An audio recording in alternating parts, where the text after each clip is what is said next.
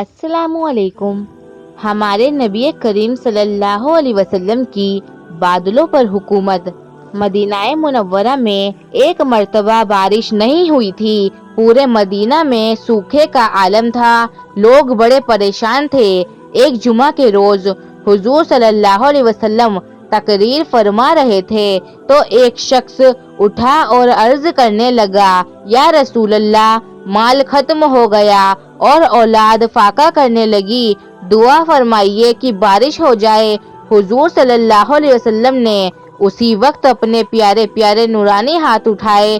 اس وقت وہاں آسمان بالکل صاف تھا، بادل کا نام و نشان تک نہ تھا، مگر مدنی سرکار کے ہاتھ مبارک اٹھے ہی تھے کہ پہاڑوں کی طرح سے بادل چھا گئے اور چھاتے ہی پانی برسنے لگا۔ حضور منبر پر ہی تشریف فرما تھے کہ پانی شروع ہو گیا، اتنا برسا کہ چھت ٹپکنے لگی۔ حضور کے بال مبارک سے پانی کے قطرے گرنے لگے، پھر یہ پانی بند نہیں ہوا بلکہ لگاتار اگلے جمعہ تک برستا ہی رہا۔ حضور جب دوسرے جمعہ کا تقریر فرمانے اٹھے تو وہی شخص جس نے پہلے جمعہ میں بارش نہ ہونے کی تکلیف عرض کی تھی، اٹھا اور عرض کرنے لگا، یا رسول اللہ، اب تو مال غرق ہونے لگا اور مکان گرنے لگے، اب پھر ہاتھ اٹھائیے کہ یہ بارش بند بھی ہو۔ چنانچہ حضور نے پھر اسی وقت اپنے پیارے پیارے نورانی ہاتھ اٹھائے اور اپنی انگلی مبارک سے اشارہ فرما کر دعا فرمائی کہ اے اللہ، ہمارے ارد گرد بارش ہو، ہم پر نہ ہو۔ حضور صلی اللہ علیہ وسلم کا یہ اشارہ کرنا ہی تھا کہ جس طرف حضور کی انگلی گئی اس طرف سے بادل پھٹتا گیا اور مدینہ منورہ کے اوپر سب آسمان صاف ہو گیا۔ صحابہ کرام مشکل کے وقت حضور ہی کی بارگاہ میں فریاد لے کر آتے تھے۔ ان کا یقین تھا کہ ہر مشکل یہیں حل ہوتی ہے، واقعی وہیں حل ہوتی رہی ہے۔ اسی طرح آج بھی ہم حضور کے محتاج ہیں، بغیر حضور کے وسیلے کے ہم اللہ سے کچھ بھی نہیں پا سکتے۔ حضور صلی اللہ علیہ وسلم کی حکومت بادلوں پر بھی جاری ہے۔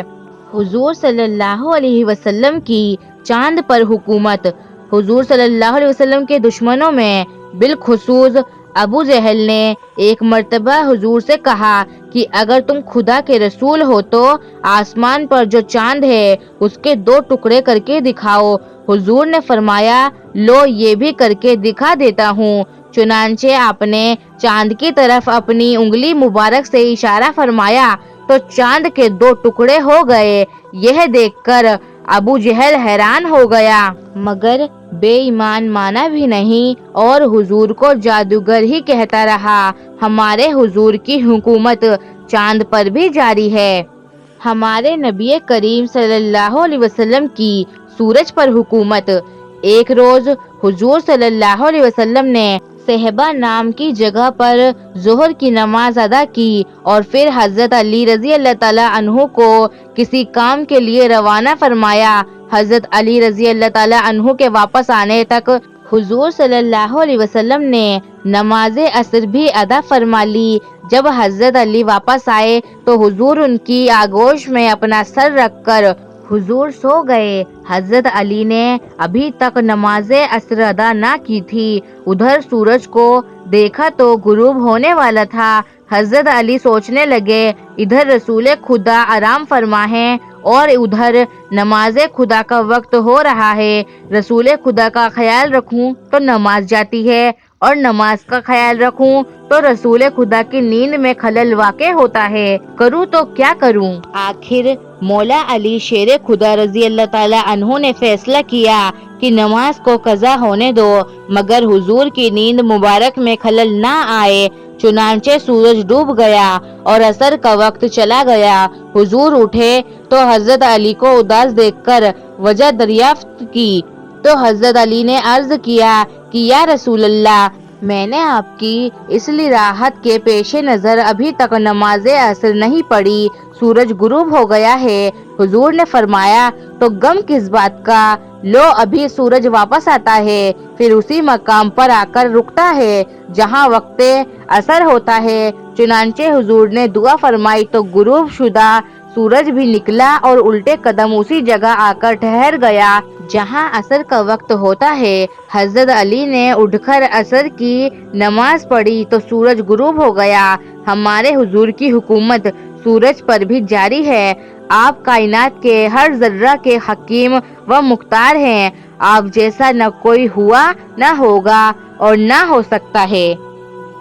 ہمارے نبی کریم کی زمین پر حکومت حضور صلی اللہ علیہ وسلم نے حضرت صدیق اکبر رضی اللہ تعالیٰ عنہ کے ساتھ جب مکہ سے مدینہ کی طرف ہجرت فرمائی تو قریش مکہ نے اعلان کیا کہ جو کوئی محمد صلی اللہ علیہ وسلم اور ان کے ساتھی صدیق اکبر رضی اللہ تعالیٰ عنہ کو گرفتار کر کے لائے گا اسے 100 اونٹ انعام دیے جائیں گے۔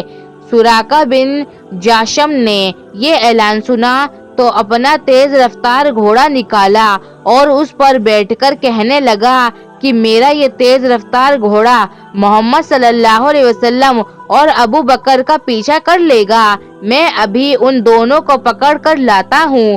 چنانچہ اس نے اپنے گھوڑے کو دوڑایا، تھوڑی دیر میں حضور کے قریب پہنچ گیا۔ صدیق اکبر نے جب دیکھا کہ سراقہ گھوڑے پر سوار ہمارا پیچھے آ رہا ہے، ہم تک پہنچنے ہی والا ہے، تو عرض کیا یا رسول اللہ، سراقہ نے ہمیں دیکھ لیا ہے اور وہ دیکھیے ہمارے پیچھے آ رہا ہے۔ حضور نے فرمایا اے صدیقی، کوئی فکر نہ کرو، اللہ ہمارے ساتھ ہے۔ اتنے میں سراقہ بالکل قریب آ پہنچا تو حضور نے دعا فرمائی، زمین نے فوراً سراقہ کے گھوڑے کو پکڑ لیا اور اس کے چاروں پیر پیٹ تک زمین میں دھس گئے۔ سراقہ یہ منظر دیکھ کر گھبرایا اور عرض کرنے لگا یا محمد صلی اللہ علیہ وسلم، مجھے اور میرے گھوڑے کو اس مصیبت سے نجات دلائیے، میں آپ سے وعدہ کرتا ہوں کہ میں پیچھے مڑ جاؤں گا، جو کوئی آپ کا پیچھا کرتا ہوا آپ کی تلاش میں ادھر آ رہا ہوگا اسے بھی واپس لے جاؤں گا، آپ تک نہ آنے دوں گا۔ چنانچہ حضور کے حکم سے زمین نے اسے چھوڑ دیا۔ ہمارے حضور کا حکم و فرمان زمین پر بھی جاری ہے اور کائنات کی ہر چیز اللہ نے حضور کے تابع کر دیا ہے۔ پھر جس شخص کی اپنی بیوی بھی اس کی تابع نہ ہو، وہ اگر حضور کی مثل بننے لگے تو وہ کس قدر احمق و بے وقوف ہے۔ ہمارے نبی کریم کی پیڑوں پر حکومت۔ ایک مرتبہ ایک عربی شخص نے حضور صلی اللہ علیہ وسلم سے کہا، اے محمد صلی اللہ علیہ وسلم، اگر آپ اللہ کے رسول ہیں تو کوئی نشانی دکھائیے۔ حضور نے فرمایا، اچھا تو دیکھو، وہ جو سامنے درخت کھڑا ہے اسے جا کر اتنا کہہ دو کہ تمہیں اللہ کا رسول بلاتا ہے۔ چنانچہ وہ عربی شخص اس درخت کے پاس گیا اور اس سے کہا، تمہیں اللہ کا رسول بلاتا ہے۔ وہ درخت یہ بات سن کر اپنے آگے پیچھے اور دائیں بائیں پیچھے گرا اور اپنی جڑیں زمین سے اکھاڑ کر زمین پر چلتے ہوئے حضور کی خدمت میں حاضر ہو گیا۔